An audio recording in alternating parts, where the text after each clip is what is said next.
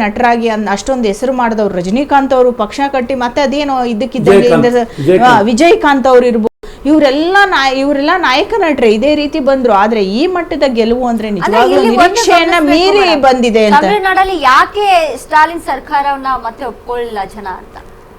Madam, ಯಾವಾಗ್ಲೂ ಅಷ್ಟೇ ಜನ ಚೇಂಜ್ ಬಯಸ್ತಾರೆ. ವಿಜಯ್ ಮೇಲೆ ಇರೋ ಕ್ರೇಜ್ ಇರ್ಬೋದಾ ಅಥವಾ ಗೊತ್ತಿಲ್ಲ, ಅವರು ಆಡಳಿತ ಪಕ್ಷದಲ್ಲಿ ಕೆಲವೊಂದು ಈ ಮೊದಲು ನಾನು ಕೇಳ್ತಿದ್ದೆ ಕೆಲವೊಂದು ಅವ್ರದ್ದೇನೋ ಒಂದು ಸಣ್ಣ ಪುಟ್ಟ ಒಂದು ಇದಿತ್ತು, ಬಟ್ ಜನ ಚೇಂಜ್ ಬಯಸಿದ್ದಾರೆ ಅಂತ ನನಗೆ ಇವಾಗ ಕೆಲವೊಂದು ಮಕ್ಳು ಹೇಳ್ತಿದ್ರು ನಮ್ಮ ವಿಜಯ್ ಅಣ್ಣನ್ಗೆ ವೋಟ್ ಹಾಕಿ ಅಂತ ನಮ್ಮ ತಂದೆ ತಾಯಿಗೆ ಹೇಳ್ತಿದೀವಿ ಅಂತ. ಸೊ ಈ ಜನ್ಸಿ ಜನರೇಷನ್ ಎಲ್ಲ ವಿಜಯ್ ಕಡೆ ತಿರುಗಿರ್ಬೋದು ಅಥವಾ ಒಂದು ಚೇಂಜ್ ಬಯಸಿರ್ಬೋದು ಅನ್ಸುತ್ತೆ ಮೇಡಮ್. ದೊಡ್ಡ ಕಾರಣ ಅನ್ನೋದಕ್ಕಿಂತಲೂ ಇಲ್ಲಿ ಅಭಿವೃದ್ಧಿ ಆಡಳಿತ, ವಿಜಯ್ ಅವರ ಅಭಿವೃದ್ಧಿ ಆಡಳಿತನ ನೋಡಿ ಅಂತೂ ವೋಟ್ ಹಾಕಿಲ್ಲ. ಒಬ್ಬ ನಟನಾಗಿ ಏನೋ ಒಂದು ಹೊಸ ಒಂದು ಮುಖ ಬರಲಿ ಅಥವಾ ಹೊಸದಾಗಿ ಏನೋ ಒಂದು ನೋಡೋ ಒಂದು ಅಭಿಲಾಷೆಯಿಂದ ಜನ ಒಂದು ಚೇಂಜ್ ಬಯಸಿ ವಿಜಯ್ಗೆ ಮತ ಕೊಟ್ಟಿದ್ದಾರೆ ಅಂತ ನನಗೆ ಅನ್ಸುತ್ತೆ ಮೇಡಮ್. ಎಸ್ ಸರ್, ಇದೀಗ ಒಂದ್ ಕಡೆ ಅಸ್ಸಾಂನಲ್ಲಿ ಯಥಾಸ್ಥಿತಿಯಲ್ಲಿ ಬಿಜೆಪಿ ಮೇಲುಗೈ, ಇನ್ನು ಅದನ್ನ ಹೊರತುಪಡಿಸಿ ಕೇರಳ ಆಗಿರ್ಬೋದು, ಇನ್ನು ಅದ್ರ ಜೊತೆಗೆ ಕರ್ನಾಟಕದಲ್ಲೂ ಬೈ ಎಲೆಕ್ಷನ್ ಅಂತ, ಇನ್ನು ತಮಿಳುನಾಡಲ್ಲೂ ಕೂಡ ಬಿಜೆಪಿ ಯಾವುದೇ ರೀತಿಯಾಗಿ ಅಂಕಿ ಸಂಖ್ಯೆಗಳಲ್ಲಿ ಅಷ್ಟು ಮುನ್ನೆಲೆಗೆ ಇಲ್ಲ.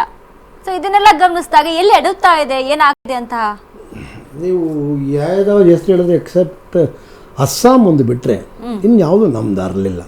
ನಾವು ಕೇರಳ ವೆಸ್ಟ್ ಬೆಂಗಾಲಲ್ಲಿ ಫಸ್ಟ್ ಗೆದ್ದಿದ್ದೆಷ್ಟು? ಓಕೆ, ಒಂದು ಲಾಸ್ಟ್ ಎಲೆಕ್ಷನ್ ಅಲ್ಲಿ ಫಸ್ಟ್ ಗೆದ್ದಿದ್ದು ಫಸ್ಟ್ ಒಂದು ಲಾಸ್ಟ್ ಎಲೆಕ್ಷನ್ ಮೊದಲು ಮೂರೇನೋ 5 ಸ್ಥಾನ, ಮೂರರಿಂದ ಎರಡನೇ ಎಲೆಕ್ಷನ್ 77 ತಗೊಂಡೋದ್ವಿ. ಅಂದ್ರೆ ಅಂಥ ಒಂದು ಕೆಟ್ಟ ರಾಜ್ಯದಲ್ಲಿ, ಅಂದ್ರೆ ಪರಿಸ್ಥಿತಿ ಕೆಟ್ಟ ರಾಜ್ಯ ಅಂತ ಹೇಳಕ್ಕಾಗಲ್ಲ ಅಂತ ನಾವು ಕೆಟ್ಟ ರಾಜ್ಯ ಅಂತ ಹೇಳ್ಬಾರ್ದು ಸರ್, ಹೇಳಕ್ ಹೋಗ್ಬಾ. ಅಂದ್ರೆ ಅಂತ ಒಂದು ಗೂಂಡಾ ರಾಜ್ಯ ಅನ್ಬೋದು ಅಥವಾ ಭಯಭೀತವಾದಂಥ ರಾಜ್ಯದ ಆಡಳಿತ 3ರಿಂದ 77ಕ್ಕೆ ಹೋದ್ವಿ. 77ರಿಂದ ಒಂದು 10 ವರ್ಷ 3ನೇ ಎಲೆಕ್ಷನಲ್ಲಿ ಇವತ್ತು ಅಧಿಕಾರಕ್ಕೆ ಬಂದಿದ್ವಿ. ಇದು ಸಾಧನೆ ಅಂತ ಅನ್ಸಲ್ವಾ? ಆಯಿತು, ಒಂದು ನಿಮಿಷ ಅಸ್ಸಾಂ ಎಲೆಕ್ಷನ್ಗೆ ಬರೋಣ. ಅಸ್ಸಾಮಲ್ಲಿ ಸತತವಾಗಿ 3ನೇ ಬಾರಿ ನಾವು ಅದೇ ಮುಖ್ಯಮಂತ್ರಿನ ಉಳಿಸ್ಕೊಂಡು ಜನಗಳ ವಿಶ್ವಾಸ ಗಳಿಸಿದ್ದೀವಿ. ಇದು ನಿಮ್ಗೆ ಸಾಧನೆ ಅನ್ಸಲ್ವಾ? ತಮಿಳುನಾಡು ನಾವು ಗೆಲ್ಲಬೇಕು ಅಂತ ಹೋಗಿರೋದಷ್ಟೇ, ನಮ್ದು ಅಲ್ವೇ ಅಲ್ಲ. ನಾವು ಅಲ್ಲಿ ಒಂದು ಸೀಟು ಇರಲಿಲ್ಲ ಇನ್ಫ್ಯಾಕ್ಟ್. ಆದರೂ ಕೂಡ 2 ಸೀಟಲ್ಲೇನೋ ನೀವೇ ಹೇಳಿದ್ರು ಬರ್ತದೆ, ಯಾವಾಗ ಬಿದ್ದೋಗುತ್ತೆ.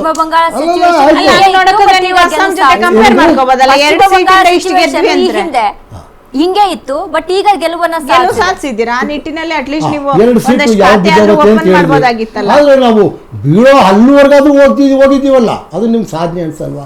ಇನ್ನು ಕೇರಳದಲ್ಲಿ ನಮ್ದು ಏನೂ ಇಲ್ವೇ ಇಲ್ಲ.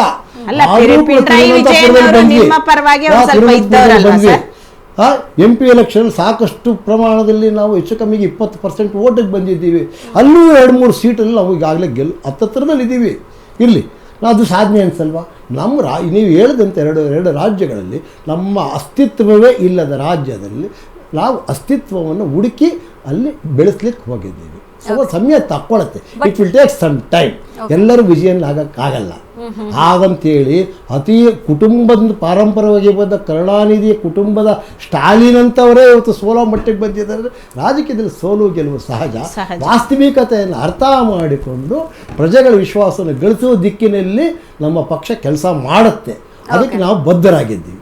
ಓಕೆ ಸರ್, ಈಗ ಬೇರೆ ರಾಜ್ಯವನ್ನ ಬಿಟ್ಟಾಕ್ಬಿಡೋಣ. ಈಗ ನಮ್ಮ ರಾಜ್ಯದಲ್ಲಿ ಕರ್ನಾಟಕದ ನಾವು ಮಾತನಾಡೋದಾದ್ರೆ ಬೈ ಎಲೆಕ್ಷನ್ ವಿಚಾರಕ್ಕೆ ಸಂಬಂಧಪಟ್ಟಂತೆ ಒಂದ್ ಕಡೆ ವಿಜೇಂದ್ರ ಅವರ ಪ್ರತಿಷ್ಠೆ ಅಂತ ಹೇಳ್ಬೋದು ಈ 2 ಎಲೆಕ್ಷನ್.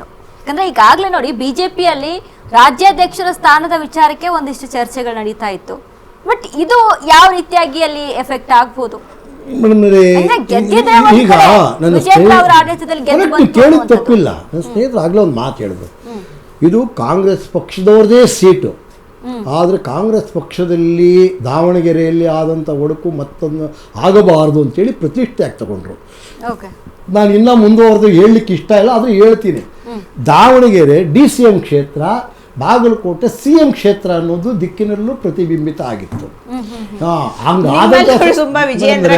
ನಾನು ಆರೋಪ ಮಾಡಕ್ ಬಂದಿಲ್ಲ, ಬಂದಿರೋದನ್ನ ಹೇಳ್ತಾ ಇದ್ದೀನಿ. ವಾಸ್ತವಿಕತೆ ಹೇಳ್ತಾ ಇದ್ದೀನಿ. ಇವೆಲ್ಲ ಯಾಕೆ ಹೇಳಕ್ ಹೋಗಲ್ಲ ಅಂತಂದ್ರೆ ನೀವು ಹೇಳಿದ್ರಿ ಗೆದ್ದಾದ್ಮೇಲೆ ಅದನ್ನ ಹೇಳಲಿಕ್ಕೆ ಇಷ್ಟ ಇಲ್ಲ.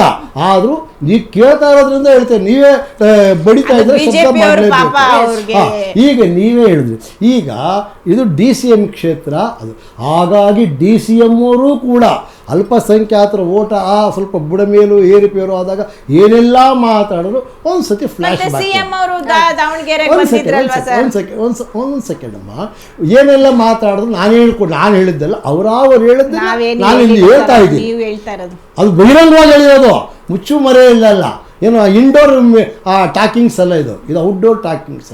ಹಾಗಾಗಿ ಇವಾಗ ಅವರು ಗೆದ್ದಿರೋ ಅಂತರದಲ್ಲಿ ಅವರು ಹೇಳ್ತಿದ್ರು ನಾವು ಕಡಿಮೆ, CM ಸ್ವತಃ ಮಧ್ಯಾಹ್ನ ಹೇಳಿದ್ರು, ಮಧ್ಯಾಹ್ನ ನಾವು ಗೆಲ್ತೀವಿ, ಕಡಿಮೆ ಅಂತರದಲ್ಲಾದರೂ ಗೆಲ್ತೀವಿ ಅಂತ, ತಪ್ಪಿಲ್ಲ. ಆದರೆ ಅಂತರ ಕಡಿಮೆ ಆಗಲಿಕ್ಕೆ ನಮ್ಮದು ಕ್ಷೇತ್ರವೇ ಅಲ್ಲ, ನಾವು ಒಂದ್ಸತಿ ಗೆದ್ದಿಲ್ಲ, ಅವ್ರದ್ದೇ ಕ್ಷೇತ್ರ, ಯಾರ್ದೋ ಕಾಂಗ್ರೆಸ್ ಕ್ಷೇತ್ರದಲ್ಲಿ ಈ ಮಟ್ಟದ ಬಂಡಾಯಕ್ಕೆ ಕಾರಣಕರ್ತರು ಯಾರು ಅಂತ ಅವರೇ ಅರ್ಥ ಮಾಡಿಕೊಳ್ಳಿ, ಅವರೇ ಹುಡುಕಲಿ, ನನಗೆ ಸಂಬಂಧ ಇಲ್ಲ. ನೀವಾಗಲೂ ಕೇಳಿದ್ದಕ್ಕೆ ನಮ್ಮ ಪಕ್ಷದ ವಿಜಯೇಂದ್ರನ್ ಕೇಳಿದ್ವಿ, ನಾವು ಗೆಲುವಿಗಾಗಿ ಹೋರಾಟ ಮಾಡಿದ್ದಂತೂ ನಿಜ. ಆದರೆ ಬಾಗಲಕೋಟೆಯಲ್ಲಿ ಭಾಳಷ್ಟು ನಾವು ಹೋರಾಟ ಮಾಡಿದ್ವಿ, ಅದು ಆಗಿಲ್ಲ. ಹಾಗಂತೇಳಿ ಪಕ್ಷದ ಪಕ್ಷದಿಂದ ವಿಚಾರಿತರಾದ ಯತ್ನಾಳ್ ಸಾಹೇಬ್ರನ್ನ ಕರ್ಕೊಬಂದು ನೀವು ಈ ಹಿಂದೂ ಫೈರ್ ಬ್ರ್ಯಾಂಡ್ ಅಂತ ಪ್ರಚಾರ ಮಾಡಿಸ್ತೀರಾ ಅಂದರೆ ನಿಮ್ಮ ನಾಯಕತ್ವಕ್ಕೆ ಎಲ್ಲಿ ಬೆಲೆ ಇದೆ ಸರ್? ವಿಜೇಂದ್ರ ಅವರ ನಾಯಕತ್ವಕ್ಕೆ ಬೆಲೆ ಇಲ್ವಾ ಆಗಿದ್ರೆ? ಆಯ್ತು, ಬೆಲೆ ಕಟ್ಟೋದು ನೀವಲ್ಲ, ಹೇಳ್ತೀನಿ ಕೇಳಿ.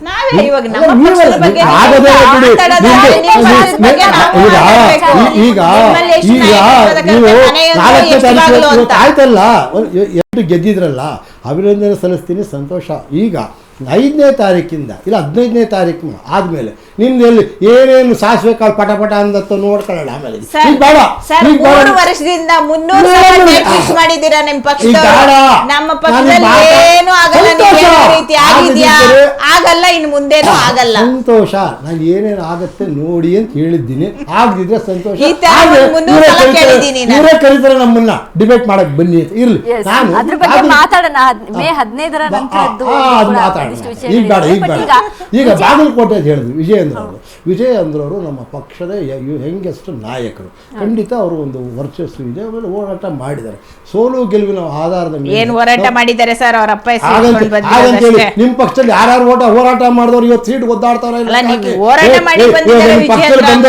ಸುಮ್ಮನೆ ಬಂದು ಕುಂತಂತವ್ರು ಏನಾದ್ರು ಹೋರಾಟ ಮಾಡಿದ್ರು ಹೆಂಗ್ ಬೇಡ್ತಾವ್ರೆ, ಹೋಗಿ ಹೈಕಮಾಂಡ್ ಹತ್ರ ಹೋರಾಟ ಮಾಡಿ ಪಕ್ಷ ಕಟ್ಟಿದವ್ರು ಹೆಂಗ್ ಹೋರಾಟ ಮಾಡಿ ಪಕ್ಷ ಹತ್ರ ಏನೇನು ಬೇಡ್ತಾವ್ರೆ, ಏನು ಮಾಡ್ಬೇಕು,